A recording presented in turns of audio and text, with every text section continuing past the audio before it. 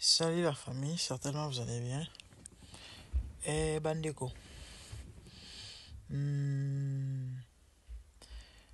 Quand on a fait un lobby, ma chère est en désordre, mais bon. Bangonga. On a vraiment fatigué, mais on a choisi. Là, on a salé choper vidéo, des vidéos à l'ibou sur ça là. Et le 20h déjà. Enfin, sa vidéo depuis hier. Quand on a na miniature. Couple Jaco. Na maman Esther. Et na vu comme papa Jaco ya mbokate. Nangana lo ba couple ngalasi. Système kaya homme tamar. Na femme tamar donc bala je combat moi si mikolo na Congo komi karbongo. Couple ngalasi botoke ka couple ngalasi. Tonton Jacona, maman na biso Esther ngalasi. Bato ebele bomoni ba vidéo, bomoni ba capture et ebele bazo kanisa ezali théâtre. Pièce ya théâtre parce que baza ba acteur ya cinéma. OK? Et maman Esther a sala théâtre, pasteur Jaco a sala théâtre, ou encore tonton Jaco. Pour na misusu. Et na théâtre c'est vrai ba jouer rôle la couple mbalebele. Couple on peut simba makasi bat basepela nango lelo komi réalité. Nini ezoleka. Nga nakutani nango na ba page. Bino bika Kongo mboka songi. Et actualité. Nouveau et couple de l'année. Jaco na maman Esther balobi couple ba français keye zongi. Maman Esther atika français na défaut. Tonton Jaco muto ba français. Ko bolingo ba français za elengi moko bolingo français eza na elengi moko na ocha pilipili sima. Bandeko naye kosala vidéo pourquoi? Premièrement, pour na oloba na batu ko quand c'est ça maman c'est qui tout théâtre tes réalité. Et puis pour nous informer na bato ba yebite que maman c'est na papa Jaco ba ko mo sina mbali. Babalani. Bato ba yebi tonton Jaco certainement peut-être bakoka moi ou encore parce que il était autrefois marié. Maman Esther tobi kazana mbali te. A divorcé kala penza kala. Babalani. Moi je plains les Congolais na évité mukilio yo. Ya koka mweza ke batongo mikolo. Nga elo elekilanga yango wana. Mikolo. Oba oloba pe ba okoma ba n'importe quoi. Moi nga ezoka musangai. Do bato mo on dirait bazana ba cerveau te olimbisanga pe bo permettre nga. Je vais vous expliquer pourquoi dans le Bible. Et yana bato ba okoma bikomela mwanza. Même na kota ilobi na compte maman Esther ka pona confirmer parce que biso so no kantenet ki no tamso za théâtre tamso na koti na moni bato ba okoma bikomela bilobela na ba page même chose na Facebook bato ba okoma ba n'importe quoi na moni mutu na TikTok a ekoma na maman Esther na commentaire que non obomi libala ya bato ya maman Songolo. Bon, la dame bino bobi maman Esther a sekanega elle n'avait pas répondu. Na Facebook na moni de au moins si alobi tonton Jacques papa pasteur Jaco pourquoi yo ndo na moi sino ya pasteur et puis moi so ba nzambe bongo za na moi sa pasteur to moi sa ba nzambe elobi nini bande obo permettre ngai en fait ba commentaire moi ezo komama ezo pesanga pasi na kanda en même temps. Sachez que le divorce est biblique, ok? Et Bible mentionna ba cause union sauté. Au moins si na mobali, faut pas divorcer. Mais est-il que la parole de Dieu s'interprète à elle-même? Rien que na o Bible loba, toko bimisape ba cause na ba raison misusu. OK? Et na monde bazo blâmer basali ya Nzambe. Oh, soko divorce ko se remarié te. Bamsu balobi o mosala Nzambe abalaka jamais divorcé.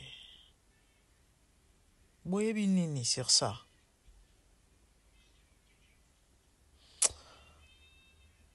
Eza pasi za Nzambe asunga. Bible elobela likambo ya, comment on appelle ça? Il y a infidélité. Mais sachez qu'il y a des problèmes plus graves que l'infidélité dans les mariages. Ou qu'on même pas vous a pardonné parce que l'infidélité peut être pardonnée. Parce que Bible le bango, tu peux pardonner. So kangi mo sino na mobali. Ko pe olimbisaye. So mo olimbisaye te zayo. Mais sachez que dans des ménages, na ba foyer au bomonaka. Les gens ba mambo ya grave, ou eleki infidélité, ou ko sa pardonner te. Ah oui. Ah oui. Ba problème ezala tellement ebelé na ba couple que ma nyonso moi ko lobango ezala raté. Et généralement mambo na loba na bato. Mambo moi sina mbali bakabwanelara. Ba loba na bango ngote. Généralement. O bomona na ezana mimba mascarade. Eta loba yi mbala kabarate. Eta loba yi moi so ayara solo. Eta ba vraie vérité ezana ka bango mbali bat bayi ba moi sina mbali. Pour votre information. Et sachez que na ba ménage ba problème ezalra ya très sérieux. Ya grave ou les infidélité. Ou vous a pardonné. Na pu un exemple moko. Yana maman moko très rapidement na poto a. Mobala koma a si a koma occultiste. Peut-être ça faisait déjà combien de temps, je ne sais pas. Une nuit, maman na la moki na butu. Mobala zate en chambre. Abi certainement que souba. Maman n'a pas que se soulager. Abimi na salon. A quel douche mon mobile était na toilette mon mobile était oh. Porte en au kangama. Accompagne kabimi te oh. Bon wa ki wapi. A checker na gauche, a checker na droite rien. Bana basi ba poussane. Esprit kaka. A côté en chambre bana. A écouta papa, likolo mwana na ya mwasi, a on naviguer.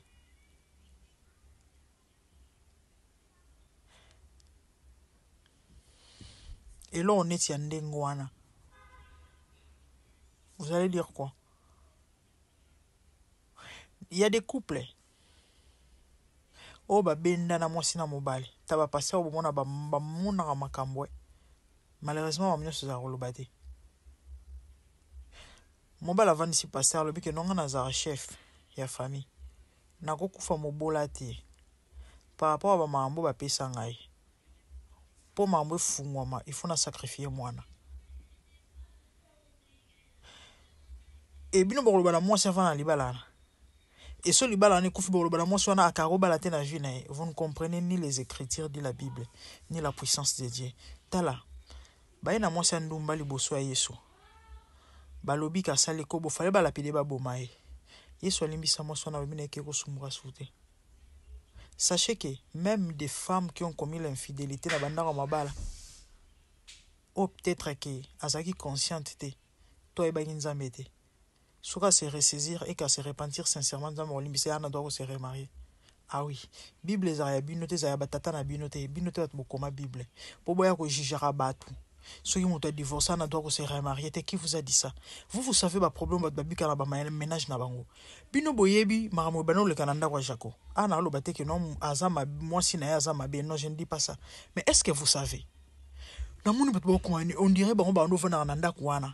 On a eu le baronnet que non, azana droit ko kabonate pourquoi boya ki mwasi na boyebi maramni babika na libala na bango pour ba repesa bat ba leçon tala so boyebi mama ambo batu te bokanga ka minoko boyebi ba passer à batu te boyebi ba vie à batu te laissez les gens vivre en paix ba rendre compte pas nzambe soki bazo sumuka nzambe ne mutoko juger bango ya bino nini nakati botika batu kimia ma mester tonton Jaco ba bonne chose ba good luck ba bonne chance ba mamunyo so mapamboli mamunyo so malamu nzamba pambola batela bino bo umela surtout jusqu'à ce que la mort vous sépare bolanda bando quitter ba congolais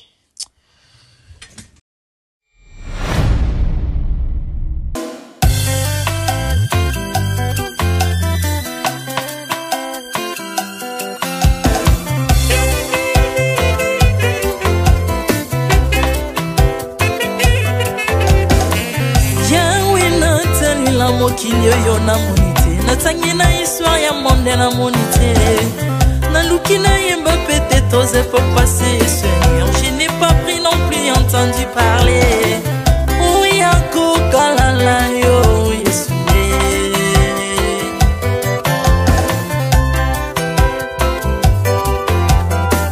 Même na domaine ya sorcellerie nationale, atanga oyo ya international, papa na yo kisangwa banzamba mokilo yo, mokota kufa se kwa lokola yo Yesu.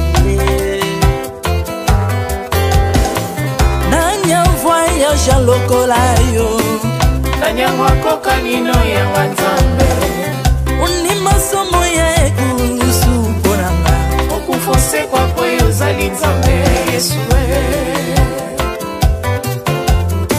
Nzambe moneno kitanase, olata nzoto po yo bikisanga, okitana se pozwe sikananga, ofuta nyongo na nzambe nanga Yesu. Ozali Nzambe onkote ya okani na yo, ozali Nzambe obongwani te Yesu, Yesu. Ozali Nzambe onkote ya okani na yo, ozali Nzambe obongwani te Yesu, Yesu.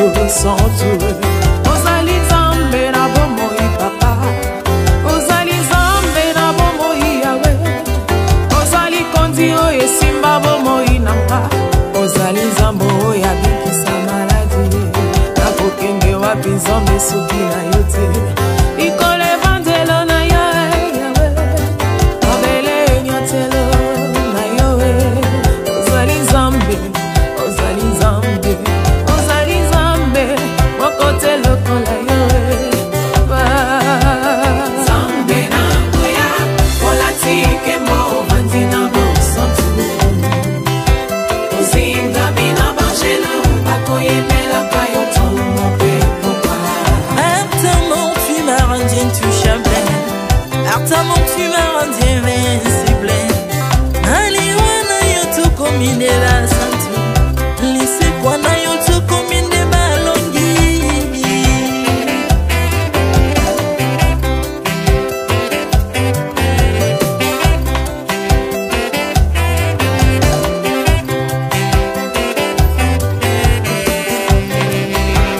Nzambe na ngoya olatike mo bandi na bosantu, ozinga bina bangelo bakoyemela kayo tongo pe popa.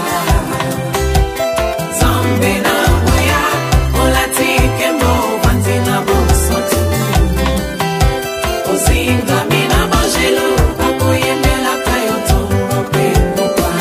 Autrefois ngai nazalaki binzo, ndoki akolia nga lolinga lingi, mes personnes sont na se métamorphosé, osimingo sambwe maladi na miso, olingo bebi naza toxique grâce à lui.